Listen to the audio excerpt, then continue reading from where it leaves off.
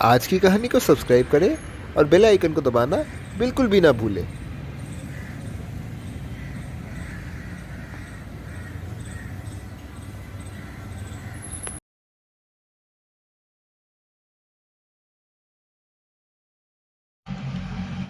एक राजा की पुत्री थी जो दिखने में बहुत प्यारी व सुंदर थी।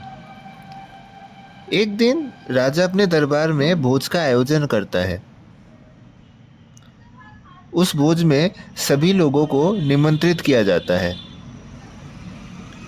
वहां पर स्थित सभी लोग राजकुमारी से बहुत आकर्षित होते हैं। सभी राजकुमारी को श्रेष्ठ देखते हैं,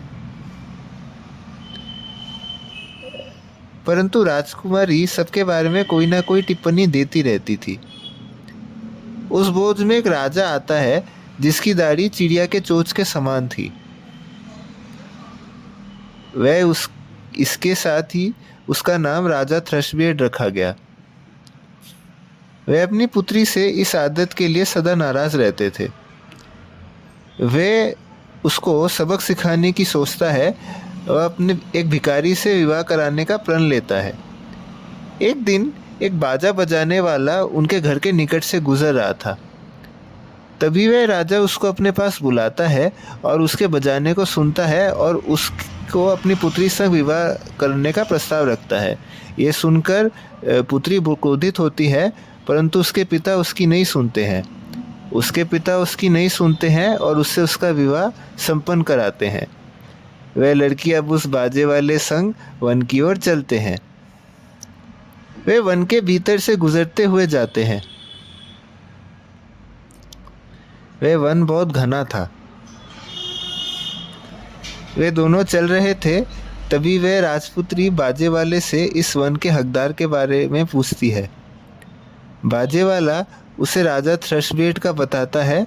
बाजे वाला की स्त्री थ्रशबेड के नाम से स्तंभित हो जाती है। वे दोनों एक झोपड़ी की ओर पहुंचते हैं जो कि उस बाजे वाले का घर था।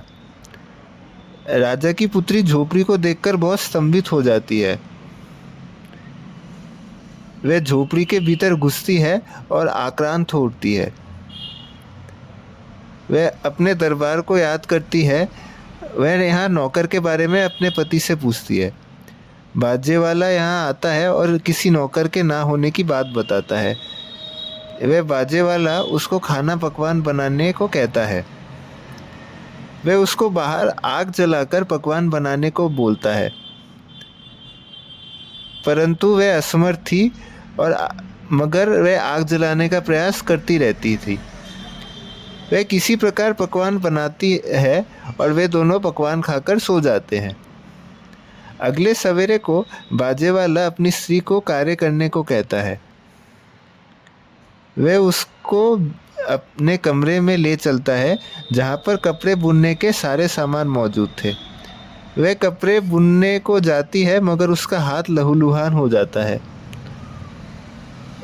बाजे वाला अब उसको बाजार में मौजूद स्थित एक दुकान पर ले चलता है जहाँ पर राजपुत्री बाजार में जाकर एक मटके की दुकान खोलती है। पहले दिन उसको अच्छा लाभ मिलता है। उसके बहुत सारी मटकियों की बिक्री होती है। उसको इतना अच्छा धन प्राप्त होता है कि उसका पति बहुत सारी कटोरी व बर्तन आदि खरीदते हैं। अगले दिन उसकी स्त्री कुछ बर्तन बाजार की ओर ले चलती है। वह बर्तन किसी प्रकार हाथ से फिसल जाता है और वह टूट जाते हैं। बाजे वाला उसकी स्त्री के इस लापरवाही से क्रोधित होता है। वह राजा के दरबार को जाने को कहता है। वह अपनी स्त्री को वहां पर नौकरानी के तौर पर कार्य करने को कहता है। वह राजपुत्री वहां दरबार पर नौकरानी के तौर पर कार्य करने लगती है। कुछ दिनों के बाद बड़े पुत्र का वहां विवाह तय होता है। उस राज दरबार में बहुत तरह के भोज और पकवान बनाए जाते हैं।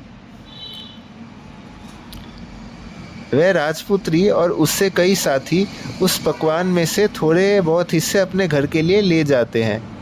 उसी क्षण राजा का वह पुत्र आता है और उसे देखता है और उसके संग नाचने को जाता है, मगर वह उससे दूर जाने लगती है। वह थोड़ा ध्यान देती है तब उसे राजा थ्रशबियर्ड नजर आते हैं। राजा थ्रशबियर्ड सारे आयोजन को छोड़ उससे बाहर की ओर ले चलता है। तभी राजा थ्रशबियर्ड स्वयं को बाजे वाले के रूप में परिचय देता है। वह उसे ये सब परिस्थिति को समझाने के लिए किया था, ये वो बताता है। अंत में राजपुत्री को एहसास होता है और उसे स्वयं पर पछतावा होता है, परंतु राजा थ्रशबियर्ड सब मान जाता है और उसे माफ़ कर देता है और इसके संग उसका विवाह संपन्न होता है।